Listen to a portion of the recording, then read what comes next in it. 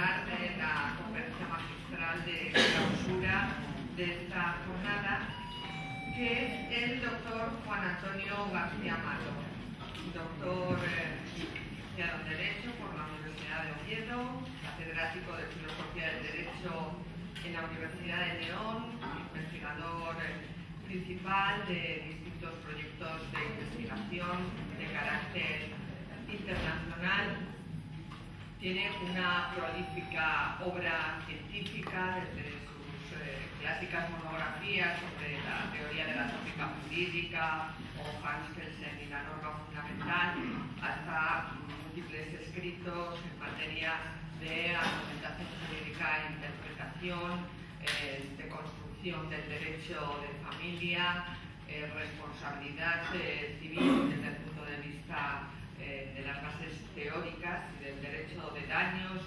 Y bien, ustedes pensarán que quizás me extienda más en su presentación que en la del resto de ponentes, pero es que su currículum, pues, me lo sé todo, casi todo. Es que, como ya como la mayoría de ustedes saben, y él antes en su irónico comentario sobre que mi escasa afición al fútbol y nulo dominio del lenguaje técnico futbolístico ha insinuado, pues compartimos mesa, lecho y techo, como nos gusta decir a los divinistas, y de ahí que, bueno, pues pueda dejar constancia de que es un conferenciante que todos los meses prácticamente, lo digo, lo padezco y ahora lo disfruto, imparte conferencias en todo el mundo y de modo muy especial en países de Iberoamérica, donde en varias universidades. Sin más,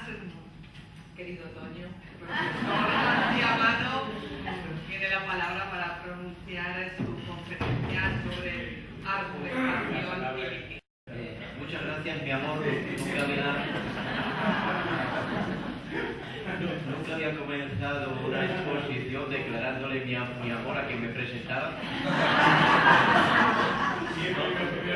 No, siempre es una primera vez, siempre he pensado que era muy arriesgado hacerlo, pero en esta ocasión voy sobre seguro. Gracias, Pilar. Bueno, gracias de nuevo a todos, al Colegio de Abogados y Procuradores, a Gastón Rampó, a mi querido amigo Amos Grajales, a Ana Reynoso, a cuantos han participado en la organización de este evento, que me parece que hasta este preciso momento está siendo un gran éxito, y me congratulo de estar aquí, de compartir con ustedes, de vivir esta hermosa experiencia y este rico intercambio de ideas sobre lo jurídico.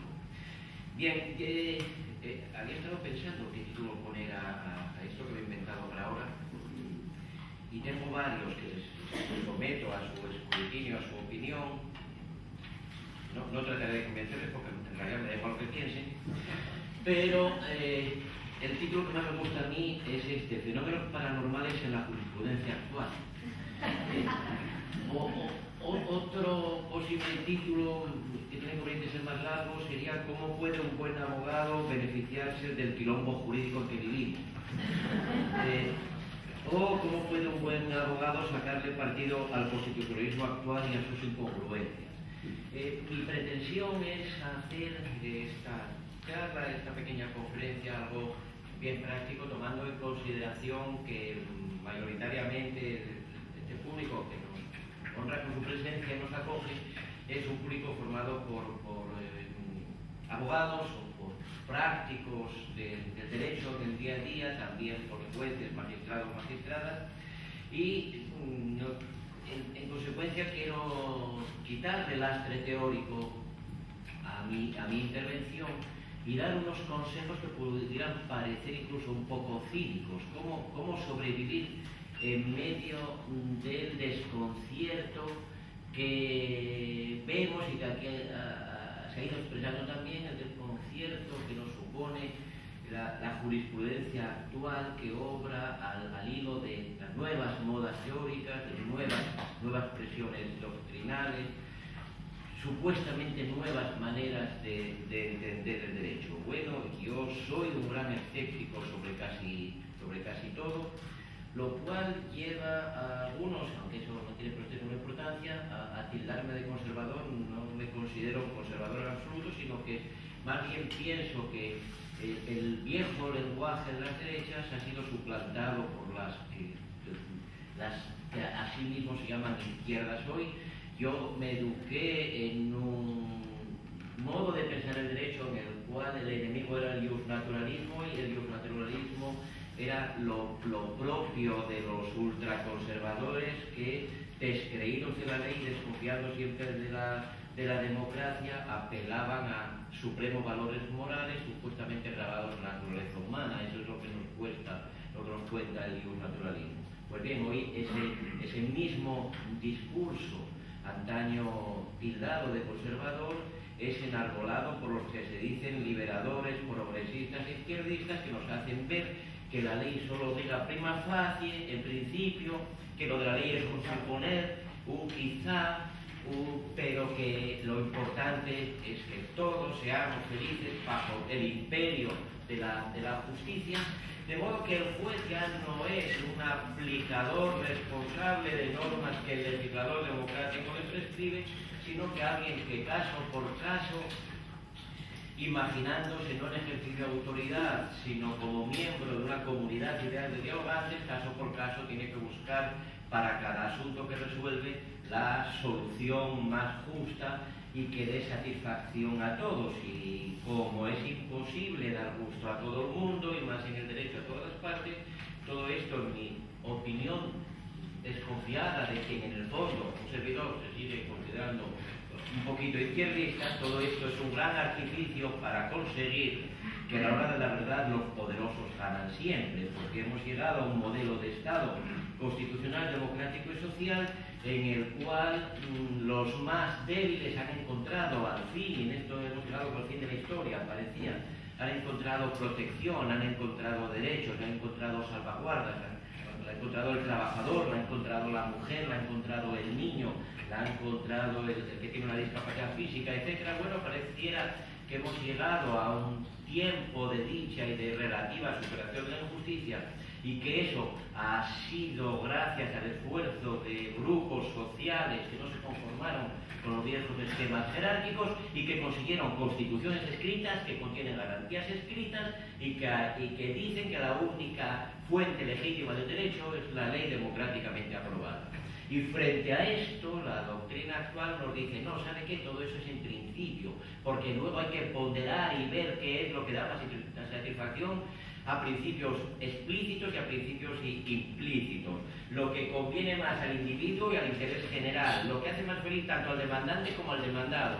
Y en esa especie de alquimia llegamos siempre a que construimos el artilugio perfecto para que las supremas cortes de cada país puedan dar la razón al pueblo en los pleitos que menos importen y consigan fingir que la Constitución da la razón al poderoso en los asuntos en los que de verdad están en juego cuestiones que de verdad importan a los grandes partidos, a las grandes empresas, al gran capital, etc. Compañeros, la única izquierda política, estoy de broma, no crean. Aquí está con Evita el profesor. No, les decía broma, compañeros, la única izquierda política que nos queda es el positivismo kelseniano. Créanlo. Esto, si quieren, en otro momento podéis intentar justificarlo, pero les he dicho que quiero ser práctico. Por tanto, dos minutos para dibujar un panorama teórico y vamos a hablar de casos. El debate de fondo sigue en sus términos eternos. Si quisiéramos ponerle nombres que siempre son traicioneros y que siempre habría que matizar, pero permítanme ahora aquí que les hablen así con grano grueso solamente, porque no hay tiempo para otra cosa. Digo que la discusión sigue dándose entre un cierto positivismo jurídico y un cierto antipositivismo jurídico que a mí me gusta llamar iusmoralismo. ¿Cómo podríamos describir esas dos posturas? Nada más que a efectos de entenderlos, pero luego trataré de contar los consejos que luego pretendo darles.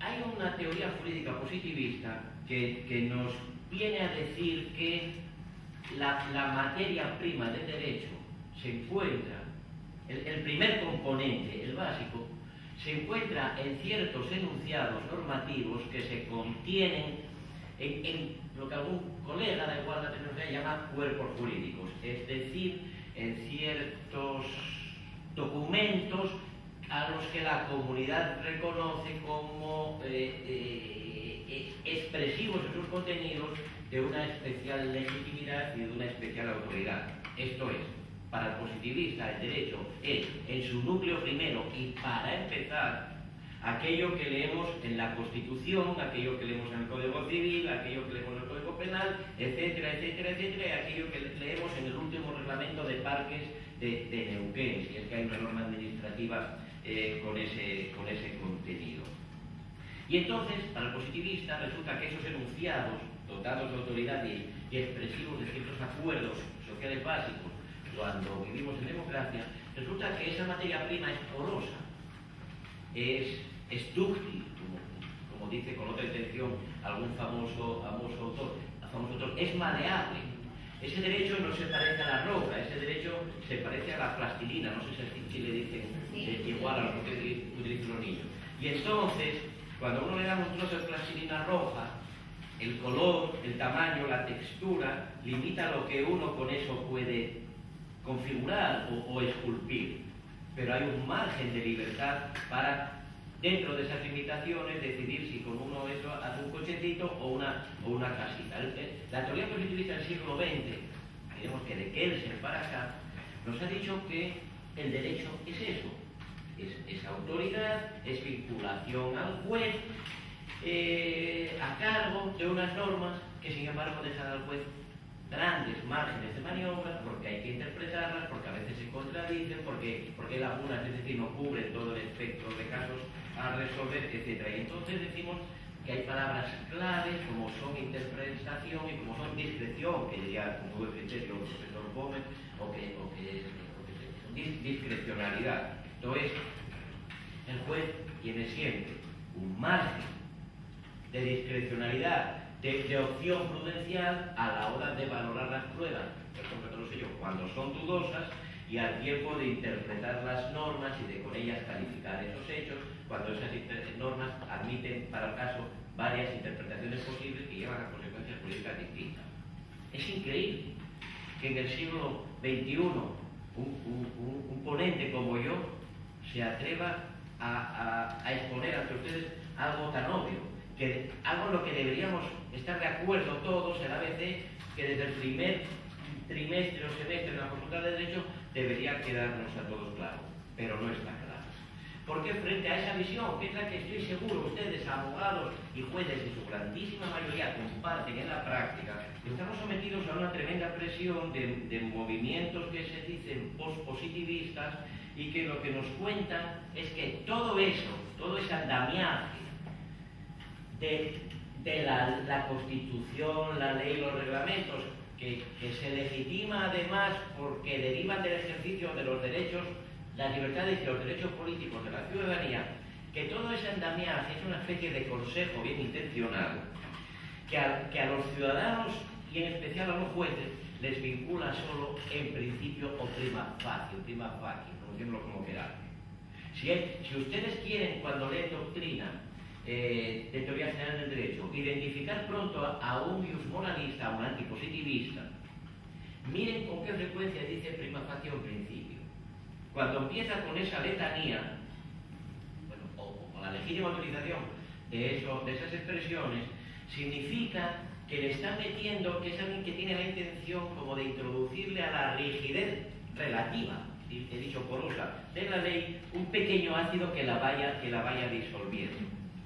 El positivista vive obsesionado.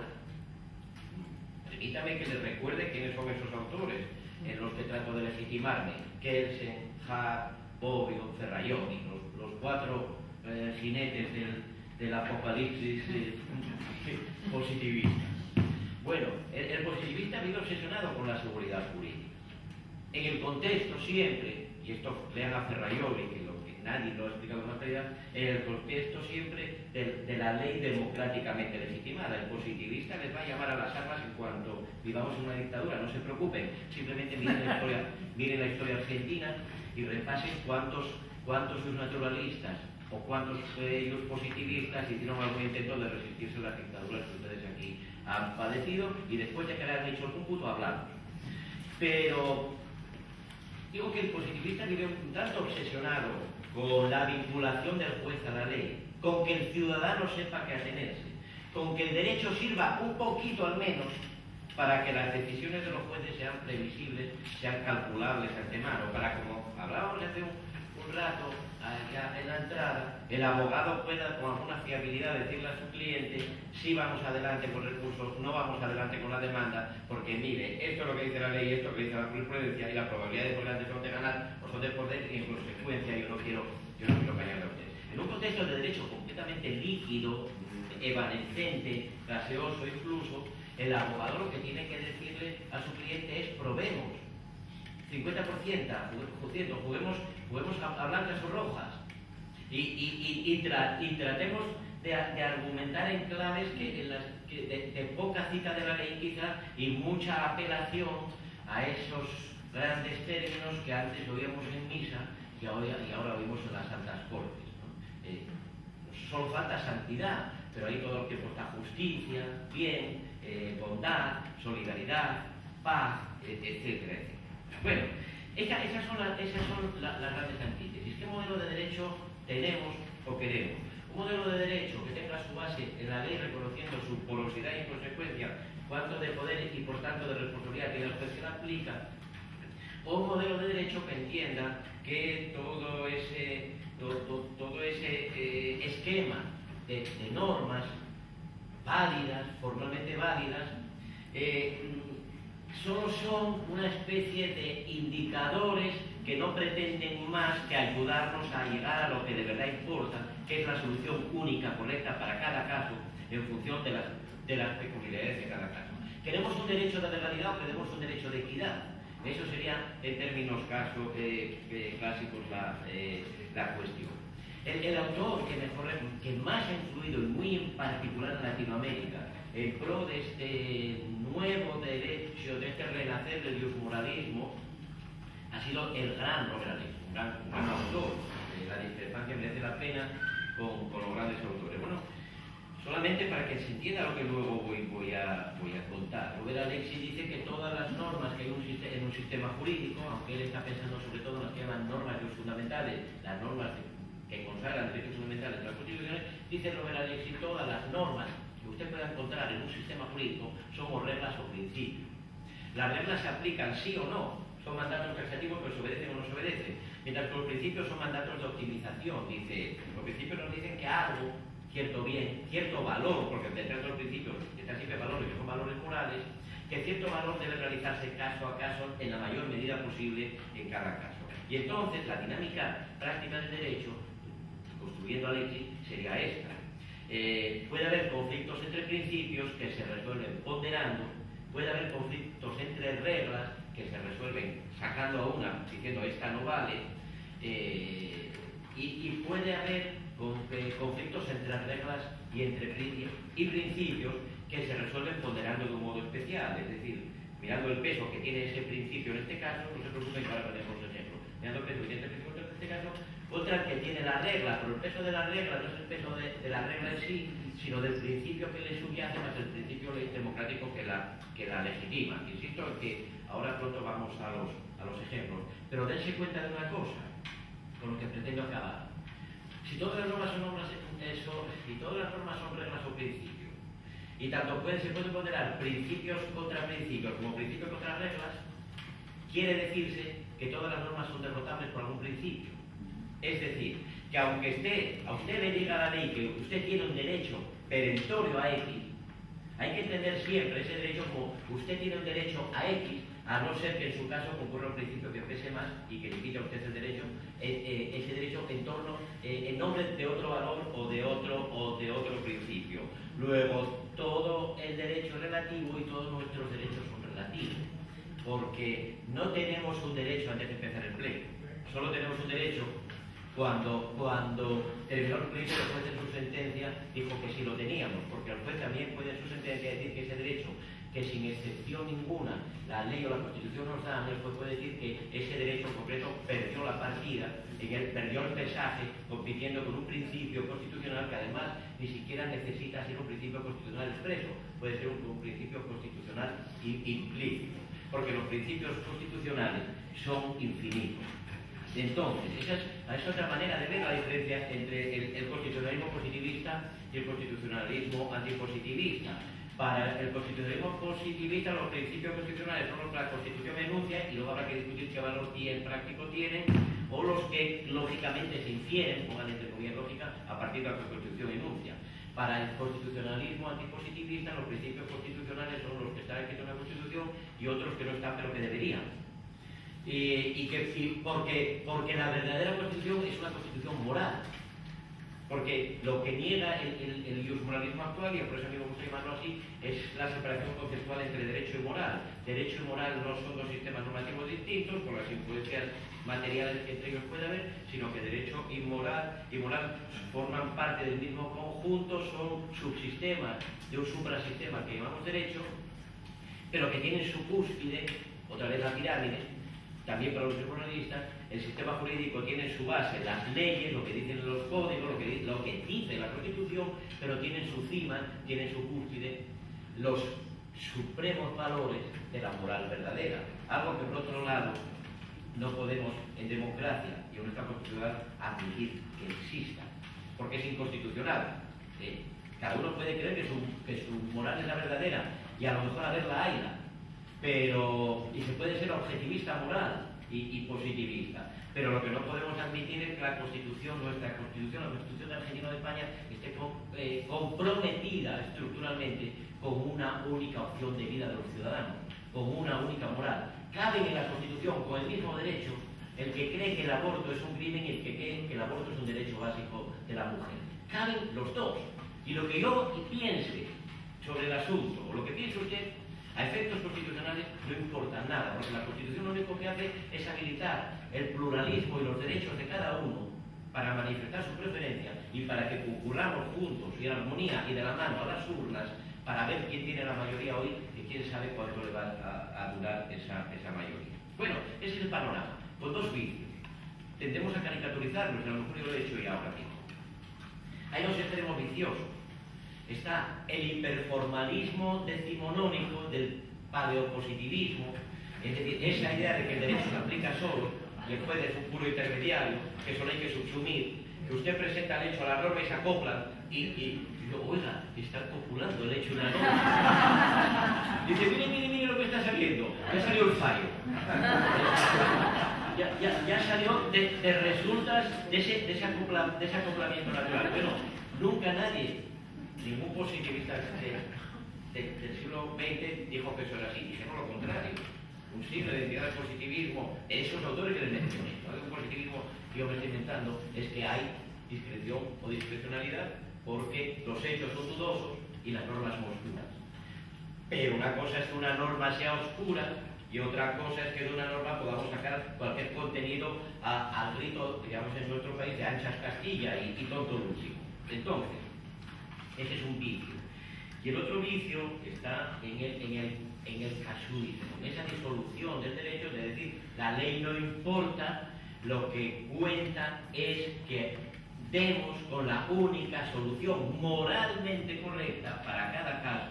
Y si la ley no está de acuerdo, y si incluso el texto de la Constitución no está de acuerdo con esa solución de ese caso, pues peor para la Constitución o peor para la ley, porque nosotros jueces no somos esbirros del formalismo, no somos lectores acríticos de los textos normativos, nosotros somos sacerdotes de la justicia y por tanto a nosotros, supremas deidades de lo jurídico, no nos puede legitimar, no nos puede limitar un legislador que quizá es corrupto, y ahí viene la enumeración de los vicios de la democracia con la que creen que cultivan la virtud los que hoy en día se tienen por progresistas, pero que nunca se van a vivir a Venezuela.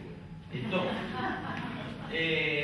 vamos a hablar de casos, porque yo lo que quiero, esto era un panorama en el que me extendí demasiado para que ustedes se planteen esto. Bueno, de acuerdo, estamos de nuevo en la polémica entre los profesores, pero nosotros abogados en nuestro día a día, ¿qué podemos hacer? Aprovechense del desorden. Yo les voy a decir, voy a tratar de darles algunas elementales indicaciones de cómo hacerlo.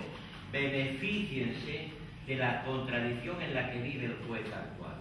Facilítenle su trabajo haciéndole pensar que es él el que hoy subsume y mañana pondera. Vamos con casos. ¿Qué hacen los jueces en realidad? Les voy a contar dos casos famosos del Tribunal Constitucional alemán para ir desengrasando, para ir entrando en calor, dos casos de los que maneja Alexis. Yo les confieso, y me gusta repetirlo porque así me siento más comprometido conmigo mismo, que hace unas semanas puse en Twitter, que es donde uno hoy en día se casa o adopta compromisos serios, puse un tweet que decía he adquirido con editorial el compromiso de en un año terminar un libro que se llame Los casos de Robert Alexis, porque lo que pretendo es examinar cuáles son, qué dicen de verdad las sentencias que Alexis emplea siempre como ejemplos ilustrativos de que el derecho, y en particular el que aplica el Tribunal Constitucional alemán, funciona como él dice que funciona y como él dice que hay que aplicarlo. Dos casos que vayan haciendo su composición global. El más famoso quizá de Alemania frente a Alexis, el caso Titanic. Tengo que ir muy deprisa, me disculpa. El caso Titanic es el siguiente: había un militar alemán que se había jubilado porque tenía un problema físico, le había sobrevenido una grave enfermedad, él iba en silla de ruedas, no podía caminar, y ese militar escribía todo el rato al ministro de Defensa pidiéndole que quería, aunque estuviera jubilado, él quería seguir colaborando con el ejército de su patria y que, por ejemplo, quería asistir a maniobras militares porque él podía ser útil igual al ejército si había una guerra. Él decía, por ejemplo, yo sé muchos idiomas, sé checo, sé ruso, no sé cuántas cosas, y si un día nos volvemos a luchar con los orientales, yo puedo seguir sirviendo y quiero mantenerme en forma ahí. Y entonces el ministro de Defensa le dijo un día, bueno, listo, venga, tenemos unas maniobras allá no sé dónde, pues usted venga, le ponemos allá unos textos, hacemos como que es un mensaje que hemos capturado al enemigo y usted lo traduce, de paso nos acompaña y come con nosotros, muy bien. Esa tienda de campaña que llevamos en nuestros campamentos de verano es domicilio, la habitación del hotel es domicilio, mi oficina es domicilio, en cuanto que no es mi casa, pero a efectos constitucionales es domicilio.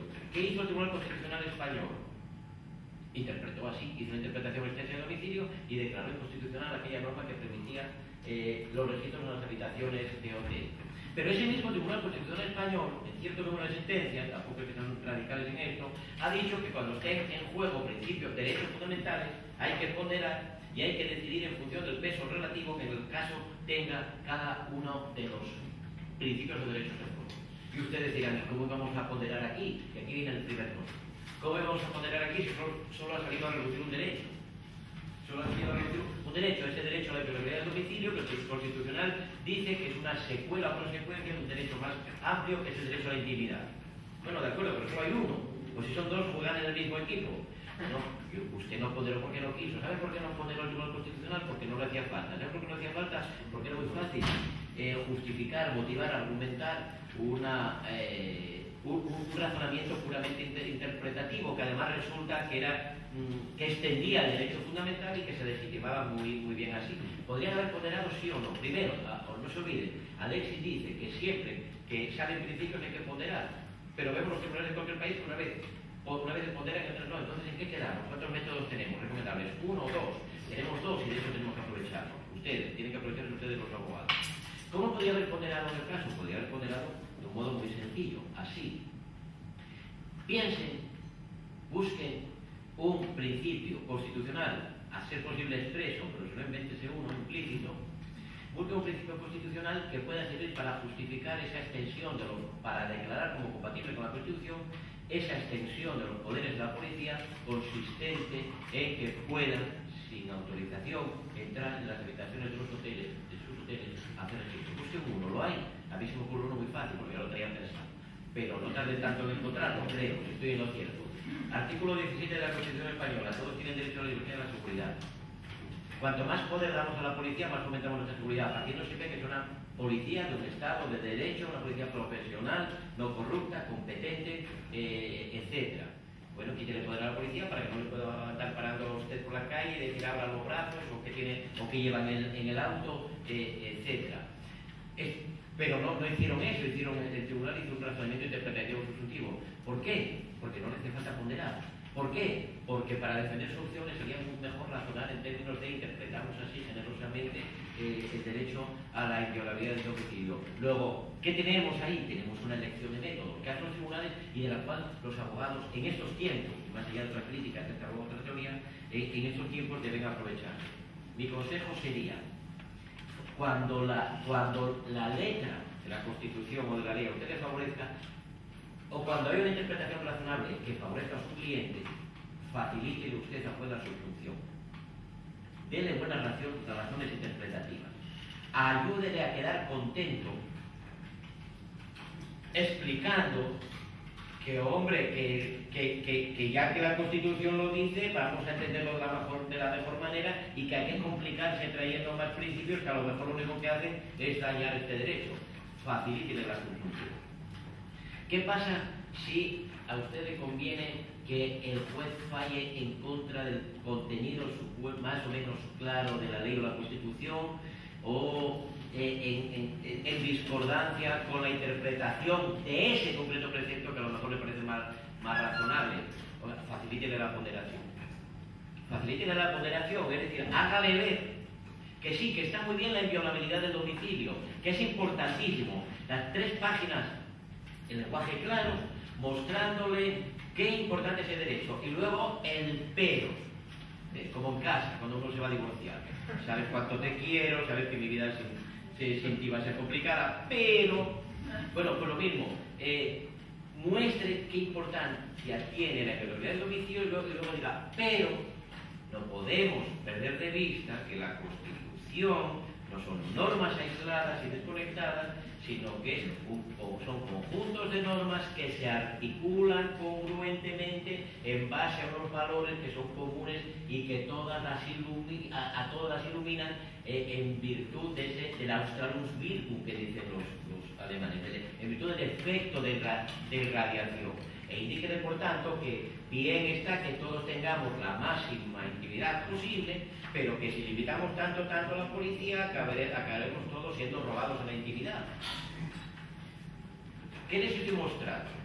Les estoy mostrando que en este panorama lo que hay que hacer para ganar el pleito es ayudar al juez a ponderar o interpretar, subsumir según le convenga a él, porque tenemos doctrinas contradictorias y tenemos unos patrones absolutamente incoherentes a la hora de decirles lo que el juez tiene que hacer. En sede teórica, y yo diría otra cosa, para ustedes les digo, aprovéchense y de paso muestren la propia incoherencia del sistema.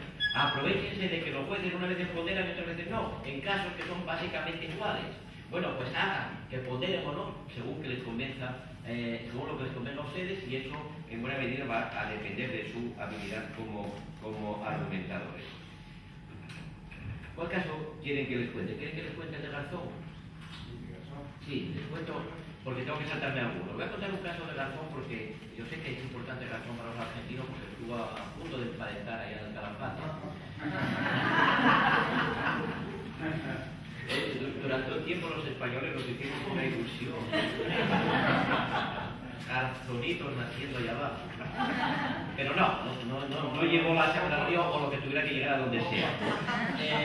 Y entonces hay un caso de Garzón, les voy a contar con brevedad, que es el que dio pie a un libro que compartimos mi amigo Manuel Atienza y yo, que es el que les recomiendo, es un libro muy divertido, muy bueno, y que se llama Un debate sobre ponderación. Es el intercambio que nosotros nos hicimos por correo, por carta, y que un día dijimos, bueno, pues nos ha quedado bonita esta discusión, vamos a publicarla como libro, y tiene ediciones en 4 o 5 países ya. Bueno, es un libro muy pequeñito, es muy fácil, pero y que nace de lo siguiente, les cuento este caso. Hay una norma en la Ley General Penitenciaria, que es el artículo 58, pero no importa, en España, Ley Orgánica General Penitenciaria, que dice que no se permite, queda prohibido, intervenir las comunicaciones de los presos con sus abogados en la cárcel. Naturalmente estamos pensando en primer lugar en presos preventivos. Bueno, el Tribunal Constitucional dice la norma, salvo en caso de terrorismo y con autorización judicial. Entonces, ya el Tribunal Constitucional había aclarado que esas condiciones había que entenderlas acumuladas. Es decir, salvo casos de terrorismo y que además, es decir, que el preso esté siendo investigado por terrorismo y que además el juez autorice expresamente. Bueno, había unos presos, una trama llamada Gürtel, unos presos preventivos, una trama de corrupción del Partido Popular, excepcional, porque no es un partido de la que suele corromperse, pero dos o tres garbanzos negros ovejas negras y se corrompieron un poco. Estaban siendo investigados por distintos delitos que tienen que ver con corrupción, blanqueo o hechos y cosas por el estilo.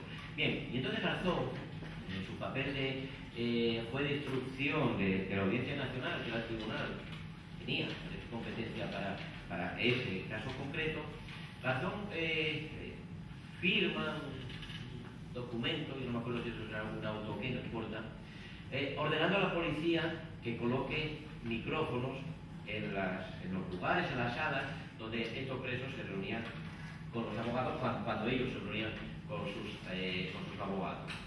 La prohibición de la ley es taxativa, no se puede hacer eso. Pero Garzón hace un documento pertinente, donde da una serie de razones que justificarían la medida. Uno, que estamos hablando de delitos graves, sí, eran delitos graves si queremos, pero no era terrorismo. Dos, que era una banda muy bien organizada, un grupo muy bien trabado, y que por tanto tres eran profesionales del delito. Cuando tres, era muy difícil conseguir pruebas incriminatorias. Cuatro, que quizá los abogados, que probablemente los abogados eran parte de la misma trama, luego cuando se demostró que no. Y cinco, y aquí viene algo bien simpático, que si en algún momento de las grabaciones algún fragmento se está hablando entre el preso y su abogado de estrategia procesal, de estrategia de defensa, de cómo vamos a plantear la defensa, a quién vamos a llamar, qué te tienes que decir tú, que esas partes las había que borrar. Algún policía fue tremendamente inteligente, esos funcionarios de policía que reciben eso, intuyen con acierto que alguien se está jugando el puesto. Y le preguntan a Garzón, oiga, al juez, esto de escuchar y borrar lo hacemos nosotros y luego le damos ya las cintas podadas de esa parte, o no, se lo damos entero. Y la respuesta de Garzón vino a ser, y si no recuerdo mal por escrito, vino a ser, no, las oímos por entero el fiscal y yo, y luego ya decidimos que borrar. Con lo cual, el asunto del derecho a la defensa, que es el principio, si el principio buscamos, que da sentido a esa norma prohibitiva de la ley penitenciaria, pues realmente queda bien dañado. Bueno, se descubren esas escuchas ilegales, los abogados solicitan que se declare la no validez de esas pruebas ilícitamente obtenidas, si es que alguna se hubiera logrado así, y hay una sentencia del tribunal competente que dice que en efecto es prueba ilícita y que no puede ser considerada bajo ningún concepto ninguna prueba incriminatoria que de esas grabaciones se desprenda. Y aquí es donde hay un voto particular a esa sentencia, de los magistrados de ese tribunal, y donde escribe un artículo mi amigo Manuel Atienza. Y lo que se dice, mire, la sentencia es errónea, es plenamente conforme con la ley, completamente acorde con la letra de la ley, pero es errónea, es indebida, no supone la aplicación debida del derecho en este caso, porque se les olvidó ponderar. Y si hubieran ponderado, tendrían que haber puesto en un plato de la balanza, cierto, la norma del 58 de la Ley Orgánica General Penitenciaria, prohibido intervenir en las comunicaciones, con su principio inspirador, que es el principio del derecho de defensa, como parte del derecho al principio de debido proceso, más el principio democrático, de legitimidad democrática de esa norma, que además no es orgánica, eso pesa mucho, eso hace que casi siempre la ley venza, pero en el otro plato deberían haber colocado el principio contrapuesto, que en este caso debería haber pesado más, porque pesaba más y los jueces de ese tribunal no supieron ver. ¿Cuál es ese principio? Ese principio, dice ese magistrado y dice mi amigo Atienza, es el principio de eficaz persecución del delito por el Estado. Y nuestro debate empieza así, cuando le digo, querido Manolo, ¿me puedes decir en qué artículo de la Constitución española se recoge como principio constitucional el principio de eficaz persecución del delito por el Estado? Su respuesta, en términos amables, no así, la traduzco yo ahora, vino a ser esta. En ninguno, no se recoge ningún artículo, ni falta que le hace. Es un principio constitucional implícito. porque tiene pleno sentido que el Estado persiga el delito, por eso es constitucional el derecho penal, etcétera, y tiene pleno sentido que esa persecución sea eficaz. Luego hay un principio constitucional de eficaz persecución del delito por el Estado. Mi objeción se defiende maravillosamente bien, les invito a que vean sus argumentos en el libro donde pueda, porque solo faltaba que los divulgara yo. Pero mi objeción es la siguiente, vamos a ver, pero es que desde este mismo momento en que asumimos que cualquier garantía legal o constitucional incluso, por ejemplo, queda prohibida la tortura. Cualquier garantía que el ciudadano tenga queda sometida a una especie de condición resolutoria, o hay que entender que queda relativizada porque tácitamente estamos añadiendo a todas las normas que nos dan garantías, por ejemplo, la que prohíbe que la policía grabe nuestras conversaciones en la cárcel, a todas esas normas tácitamente se está añadiendo el siguiente fragmento. Todos tenemos derecho a que no se graben nuestras conversaciones, a no ser en el caso en que ahí concurra un principio como el de explicar la persecución del delito prestado que pese más. Todos tenemos derecho a no ser torturados, a no ser que concurra un principio como en algunos países como el de defensa del Estado frente a la subversión, que justifique que en ese caso pesa más. Porque ¿cómo va a pesar más la integridad física y moral de una persona que la subsistencia de un Estado entero? No puede pesar más. No pesa más. Yo les digo a ustedes, no pesa más la integridad de una persona que la subsistencia de un Estado entero. Pero por eso no hay que pesar. Falta Manuel y si no hay que Ya, bueno, pero él también te escribe a lo que digo yo.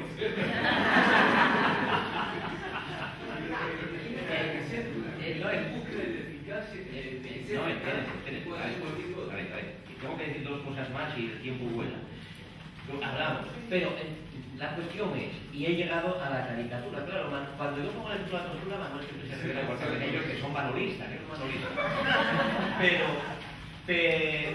pero el esquema es el mismo, porque si quedamos en que todo derecho fundamental está contenido como una regla o un principio, y que toda regla o principio puede perder ante otro principio, que estamos en que todo derecho fundamental puede ser derrotado. Es decir, estamos atacando la teoría constitucional alternativa, que es alemana también, que es la teoría del contenido esencial de los derechos fundamentales, que es el elemento kantiano del constitucionalismo de los derechos fundamentales. El elemento kantiano dice así: no se puede torturar ni aunque se acabe el mundo. No se puede torturar ni aunque esté en peligro la vida de 2000 argentinos. No se puede torturar ni aunque caiga el gobierno. No se puede torturar ni para que gane el Boca. No se puede torturar nunca. Otra cosa es que hay un problema interpretativo. Pero por eso se habla del contenido esencial. Lo que indudablemente es tortura, no se puede hacer. Bien, pero ahí están luego el problema de los márgenes. ¿Es tortura tener a una persona despierta 24 horas? Bueno, quizás sí, pero si usted me dice sí, yo le digo, ¿y 18? Bueno, siempre llegamos a la zona gris, a la zona de penumbra. No estamos hablando de eso. Eso lo resolvemos interpretando. Extendiendo el derecho un poco más o restringiendo un poco menos. Pero el núcleo social se protege a muerte. Entonces, igual que, y digo kantiano porque aquello que decía Kant de que una mentira es inmoral aunque sea para salvar a toda la humanidad, bueno, era el rigorismo kantiano. Eso en términos éticos puede ser discutible, pero en términos constitucionales sí yo creo que tenemos que defenderlo. No se puede grabar una conversación de los presos en la cárcel. ¿Por qué? Porque lo dice la ley y porque el Tribunal Constitucional ha dicho que esa ley es plenamente constitucional y porque está esa ley relacionada con un derecho fundamental en nuestro Estado moderno, que es el derecho a la defensa. Bueno, ¿y si es la única manera de conseguir pruebas contra los más malos del mundo? Tampoco.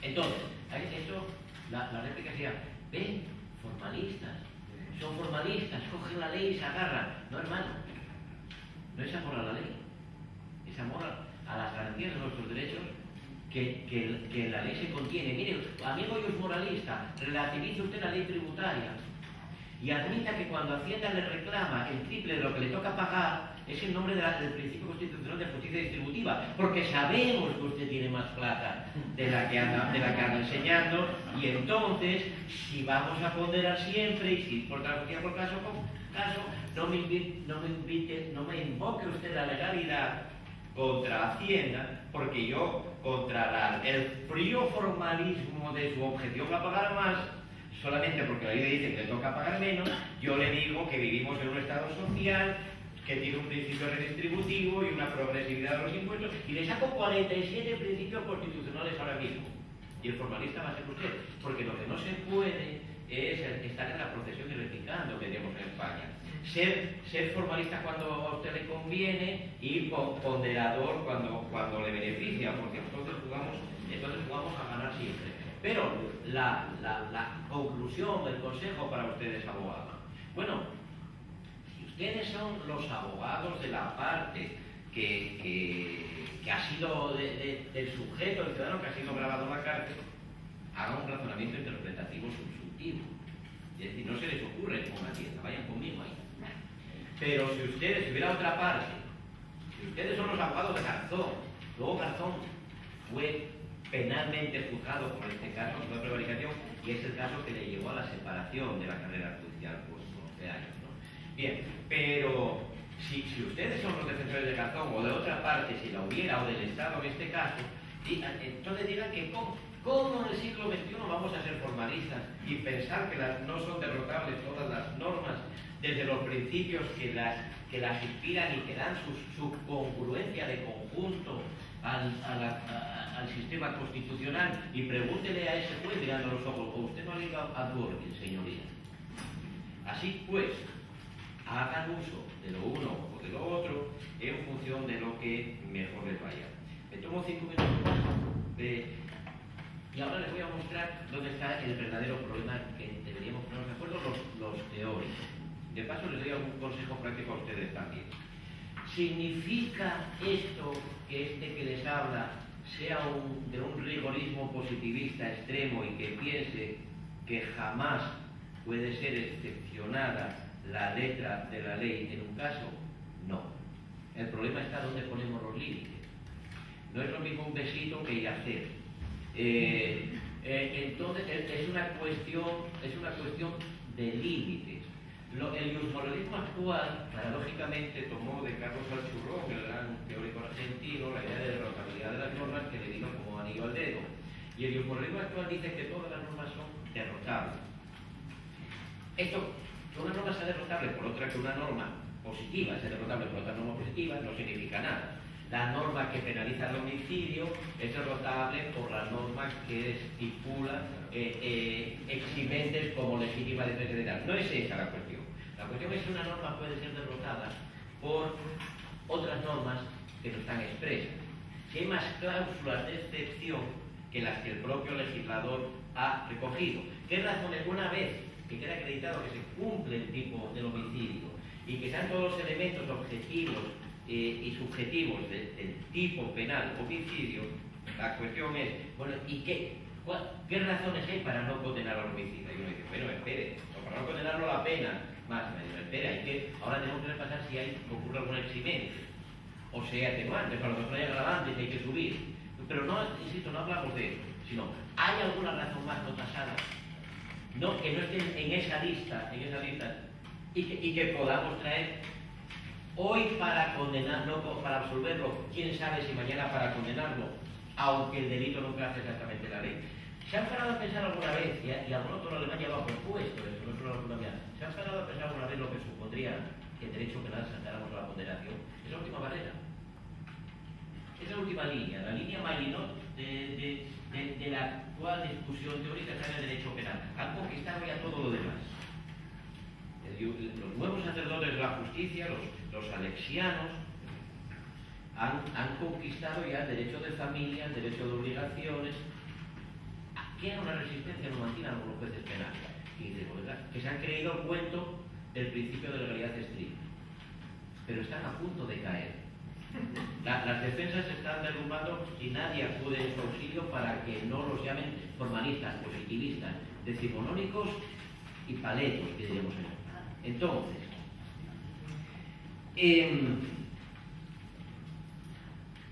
decía, ¿hay más excepciones o no las hay? Los inmoralistas dicen, hay una lista siempre abierta de excepciones posibles a la aplicación de una norma. ¿Cuándo está justificada al respeto a la letra de la ley, en lo que ésta pueda tener de claro? En lo que pueda tener de claro. ¿Cómo se sabe? ¿Es posible ignorar las excepciones? No, aparece caso por caso.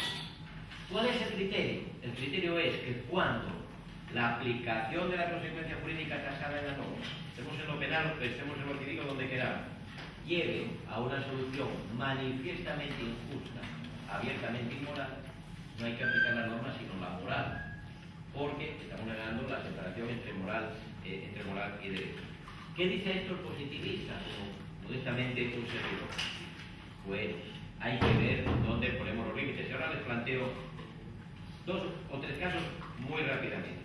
Uno, el más famoso es, lo que sale en los libros, el Mercader de Venecia, o el caso de aquella vieja norma del Estado de Florencia, donde se decía que se condenaba no sé qué grave pena al ciudadano que derramara sangre ajena en la calle. Y entonces se plantea el caso de alguien que aparece un cirujano, hay alguien con convulsiones, ese cirujano saca una navaja y le hace no sé qué asunto y se derrama sangre. Bueno, eso es que sea caricatura. La siguiente caricatura la mencionó ayer el profesor Martín Gómez, es el famoso ejemplo de las ambulancias en el parque. Norma que dice prohibido la entrada de vehículos en el parque. Una ambulancia es un vehículo, indudablemente sí, entonces no puede entrar. Y nos lo preguntan a los positivistas.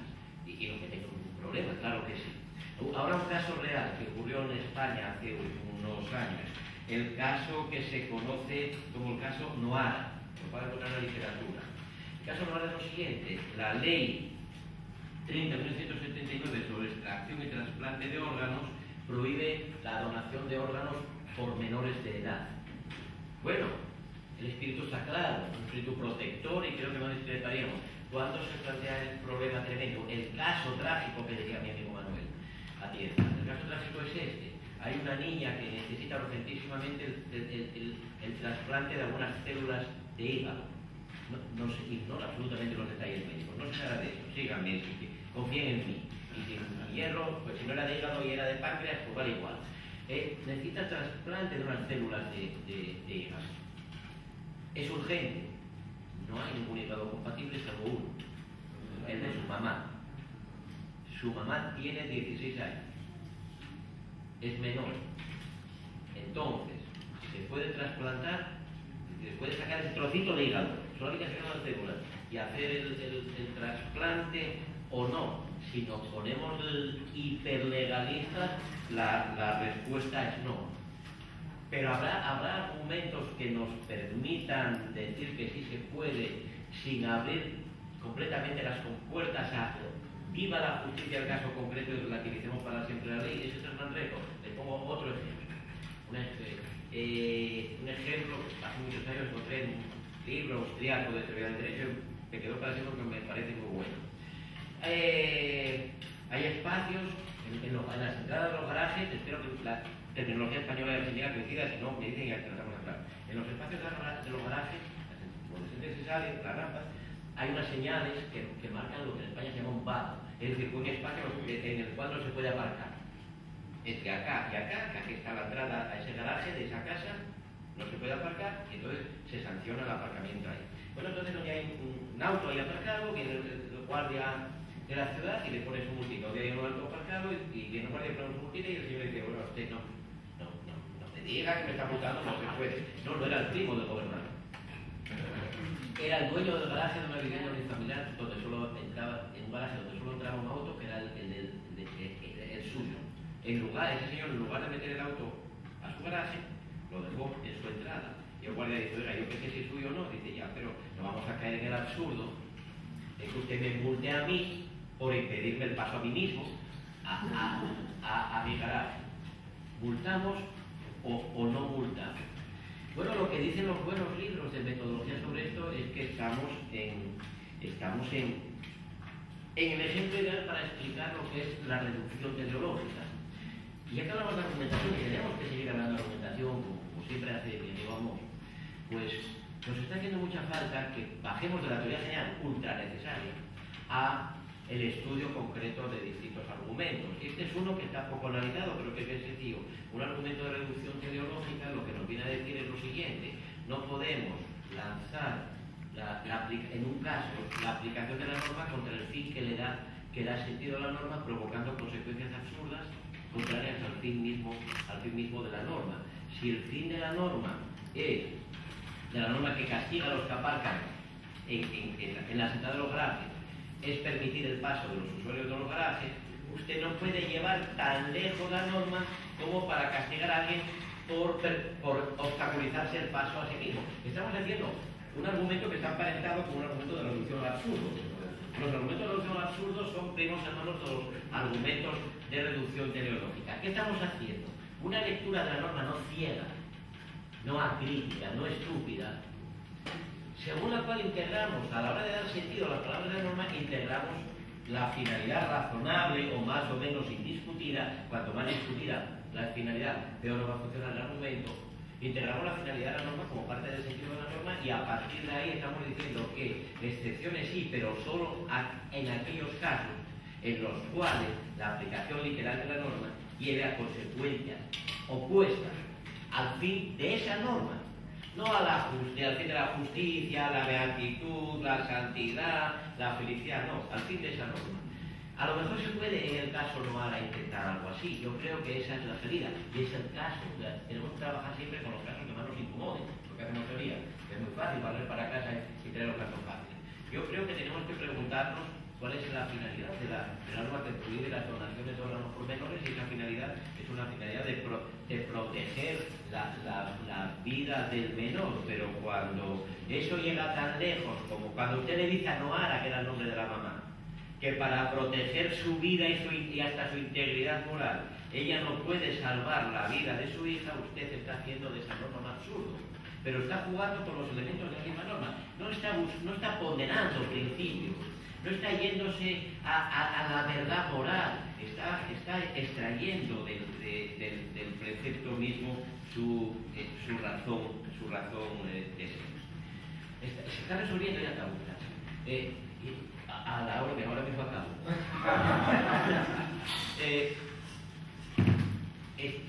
Se trata de ver cómo resolvemos esos problemas que desde Sauer para acá se llaman problemas de subinclusión y de sobreinclusión. Las normas a veces se quedan cortas y a veces se quedan largas. Quiere decirse que a veces hay un caso que debería resolverse con esa misma norma, pero que no entra en la descripción del supuesto de hecho. Y entonces lo que hacemos es meterlo para adentro, con un tipo de argumento de razonamiento que todos conocemos bien, que es el razonamiento analógico. Entonces hacemos una analogía, en derecho penal lo que tiene que ver con normas desfavorables. Entonces hacemos una analogía y decimos, bueno, las mismas razones que valen para resolver así los casos que la norma describe, valen para resolver en estos casos similares. La misma razón porque el telos es el mismo. Y solucionamos un problema de subinclusión, algo que debería estar dentro. Una norma dice, no podrá entrar en los... Voy a decir una norma absurda, me disculpa, no se me ocurre nada mejor ahora. Una norma absurda y cega. Quédense con lo que importa y no sean posmodernos. Una norma que dijera, no se podrá entrar en los estadios, no podrá entrar en los estadios a una persona a la que le falta un brazo. Bueno, y de pronto se presenta uno que le faltan dos, dice, no, de lo mío no dice nada. O al revés, da igual. O se presenta uno a la que le falta una pierna. O si quieren, podrán viajar, vamos a decir una más bonita, hombre. Podrán viajar gratis en el transporte público las personas a las que falten los dos brazos. Bueno, solamente dice eso. Dice, bueno, y las que le falten las dos piernas, bueno, podemos buscarle telos de la norma y decir, oiga, también se opone esto al derecho de alguien, etc. Entonces solucionamos un problema de subinclusión. Alguien que el legislador tendría que haber dicho, pero no se le ocurre todo. Tendría que haber dicho que le falten extremidades, que le falten órganos corporales, etc. Bueno, solucionamos un problema de subinclusión. Eso no es algo raro, eso lo hace toda la vida. La judicatura y la ciencia jurídica. Problemas de sobreinclusión. Bueno, ¿qué pasa? Es el tema del aparcamiento oral. ¿Qué pasa cuando la norma dice más de lo que debería decir si se hubiera puesto a tasar las excepciones que en razón de su fin, del fin que justifica la norma, le da real sentido. Entonces tenemos que ver cómo hacemos para inaplicar la norma en caso que formalmente cae bajo su dicción. A mí me parece que con esto no estoy proponiendo nada extraño, sino que estoy reivindicando la tradición. Es que desde hace 2500 años para acá, o 2000, o lo que sea, el derecho se viene aplicando así, se viene razonando así, y se viene creyendo que el derecho ni es un texto sagrado que milagrosamente produzca por sí las soluciones para los casos sin ninguna interferencia del aplicador y sin ninguna razón del aplicador, y venimos creyendo también que el derecho no es una especie de oráculo al cual acuden los ciudadanos para que desde la otra parte de la pared unos señores que llevan toga y que han sido designados por los políticos del lugar le digan presuntamente cuál es la única solución moralmente justa para el caso. Nosotros tenemos que respetar, y esa es la esencia del Estado de Derecho, y por eso el Estado de Derecho, que en nuestra opinión está siendo peligrosamente atacado desde el fondo mismo de la teoría política que se dice progresista. Nosotros tenemos que defender, si somos demócratas, la primacía de la ley democrática, y si somos constitucionalistas tenemos que defender la supremacía jerárquica de la Constitución, pero tenemos que hacerlo tomando cuenta de las razones que justifican cada una de esas normas, no buscando razones morales para reemplazar esas normas y aparentando que ponderamos construir un derecho a la medida de cada juez o a la medida del poder que nombró a cada juez. Nosotros los teóricos necesitamos equilibrarnos, salir de los extremos, encontrar un terreno de entendimiento más allá de los dogmatismos. Ustedes, los abogados y los jueces, necesitan aprovecharse de nuestras propias dudas, y en estos momentos, y termino como que en estos momentos de gran contradicción teórica, ustedes saquenle buen partido a esto para que el juez subsuma cuando a ustedes les convenga y pondere cuando a ustedes les beneficie, y será la única manera en la que podrán ustedes obtener alguna ventaja de este quilombo que se ha convertido en la filosofía del derecho. Muchas gracias.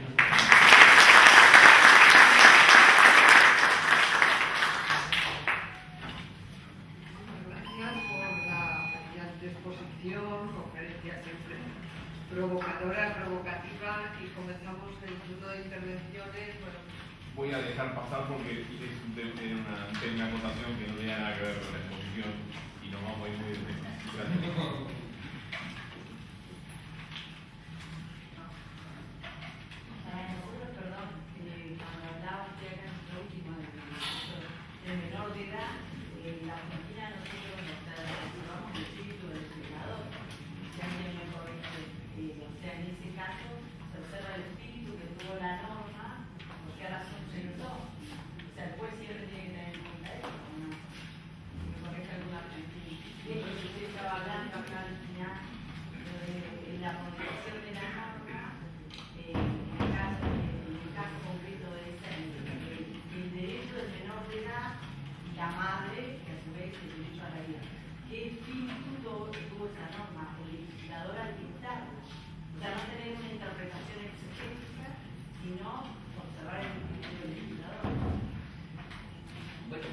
Varias cosas, estamos de acuerdo. No existen las interpretaciones exegéticas. Es que eso es. Eso es incidentalmente, no lo debo contar, pero eso es un mito, la interpretación exegética. No existe la aplicación literalmente ciega de la norma. Siempre que en un pleito, un litigio, se plantean interpretaciones alternativas de una norma o de un grupo de normas, el juez opta y esa opción se llama interpretación. Otra cosa, esa opción desemboca en interpretación. Otra cosa es cómo justifique mejor o peor. Quizá hay jueces que dicen, no, yo me atengo al sentido exacto de la ley. Ahora, el sentido exacto de la ley para este caso no existe porque estamos diciendo que la acusación dice que cabe interpretarla así, la defensa dice que cabe interpretarla así, las dos cosas son razonables, y usted no me diga que elige una interpretación porque no puede elegir la otra. Usted está eligiendo. Interpretación exegética es como agarrarse a una interpretación literal en lo que la interpretación literal de por sí no determina, y por eso hace falta el auxilio de otras razones, otros argumentos interpretativos. Y necesitamos actualizar y revertir, tenemos que repasar todo, y lo estamos olvidando todo lo que la doctrina más antigua dentro del derecho moderno nos ha explicado sobre los cánones de interpretación. Mire, lo que los tratadistas tradicionales llamaban cánones de interpretación, y que no como viejo, usted le cambia el nombre, los llama argumentos interpretativos, y es lo mismo, pero ya va vestido a la moda, o ya se entiende mejor en su función. Entonces, siempre, el buen jurista y el buen juez ha entendido que un argumento capital para comprender bien una norma y para elegir de la mejor manera entre sus sentidos posibles es el argumento teleológico. Es el preguntarse a qué razón de ser obedece esta norma. Es decir, quien quiera que la dictó legítimamente, ¿qué buscaba con esto? Buscaba favorecer a los menores, buscaba igualar a los miembros de la pareja, buscaba reducir el desempleo, buscaba que estuviera más limpia las calles.